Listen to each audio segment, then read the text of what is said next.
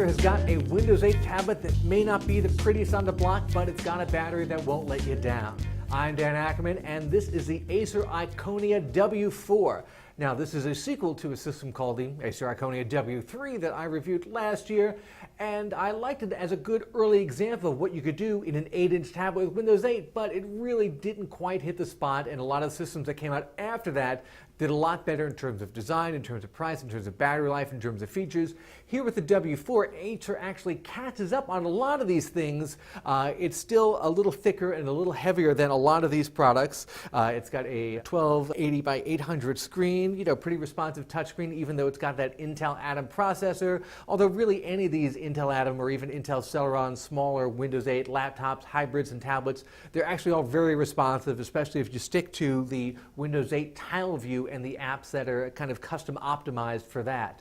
What really helps this W4 stand out is that you get a 64 gig SSD, and that's about twice as big as what you get with a lot of the other similar systems like this, even though they keep the price down to around $299, which seems pretty fair to me.